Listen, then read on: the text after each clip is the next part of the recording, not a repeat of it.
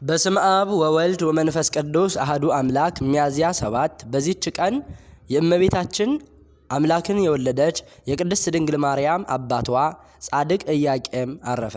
ይህም ጻድቅ በሶስት ስሞች ይጠራል። እነርሱም ኢያቄም፣ ዮናኪር፣ ሳዶቅ ናቸው። እነርሱም ከይሁዳ ነገድ ከዳዊት ዘር ናቸው። ይህም የአልዓዛር የኤልዮድ ልጅ ኢያቄም በትውልድ ሐረግ እስከ ሰሎሞንና እስከ ንጉሥ ዳዊት የሚደርስ ነው። ይኸውም በዙፋኑ የሚቀመጥና ለዘላለም በእስራኤል ዘሥጋ በእስራኤል ዘነፍስ ነግሶ የሚኖር ከዘሩ ሊሰጠው ጌታ የማለለት ነው። ሚስቱ ሐናም መካን ሆነች። ሁለቱም ወደ እግዚአብሔር አዘውትረው ይጸልዩና ይማልዱ ነበረ። እግዚአብሔርም ልመናቸውን ተቀብሎ ይህችን ጣፋጭ የሆነች መልካም ፍሬ ዓለሙን ሁሉ ከረሃበ ነፍስ ያዳነች ሰጠው። መሪር የሆነ ተገዥውንም ሁሉ በእርሷ አስወገደ። ለዚህም ጻድቅ ኢያቄም ለክብር ባለቤት ክርስቶስ አያት መሆን ተገባው። ድንቅ ስለሆነ ሥጋዊው ከልጁ ስለመወለዱ ነው።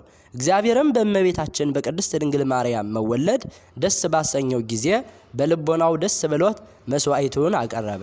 ከላዩም ከወገኖቹም ልጆች ኀፍረትን አስወገደ።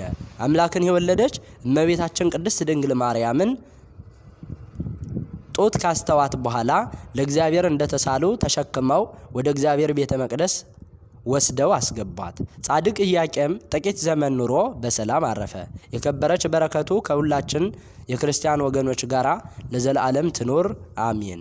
በዚህችም ዕለት የሰማዕታት የአጋቦስና የቴዎድራ ደግሞ የብልዮስ ገዳም የአባ ሙሴ ልጅ የአባ መቅሩፍ መታሰቢያቸው ነው። እግዚአብሔርም በጸሎታቸው ለዘላለሙ ይቅር ይበለን አሜን። ሚያዝያ 7 ቀን የሚከበሩ ዓመታዊ የቅዱሳን በዓላት: ቅዱስ ኢያቄም የድንግል ማርያም አባት፣ ቅዱስ አጋቦስ ሰማዕት፣ ቅድስት ቴዎድራ ሰማዕት፣ ቅዱስ አባ መቅሩፍ ጻድቅ።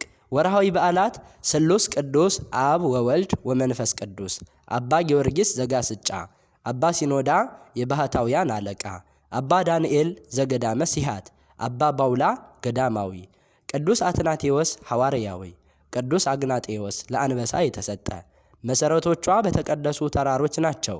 ከያዕቆብ ድንኳኖች ይልቅ እግዚአብሔር የጽዮንን ደጆች ይወዳቸዋል። የእግዚአብሔር ከተማ ሆይ በአንቺ የተደረገው ነገር ድንቅ ነው። ሰው እናታችን ጽዮን ይላል፣ በውስጧም ሰው ተወለደ፣ እርሱ ራሱም ልዑል መሠረታት።